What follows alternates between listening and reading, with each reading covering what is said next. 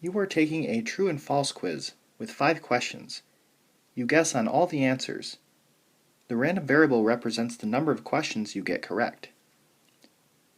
So n is equal to 5, p is equal to 0.50, and q is equal to 0.50.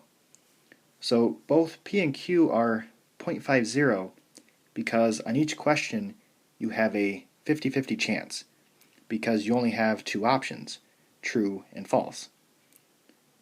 Find the probability of getting no questions correct. So no questions correct means that x is equal to 0.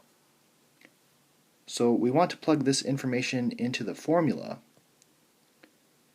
and this is equal to 0.03125. Find the probability of getting exactly 1 question correct.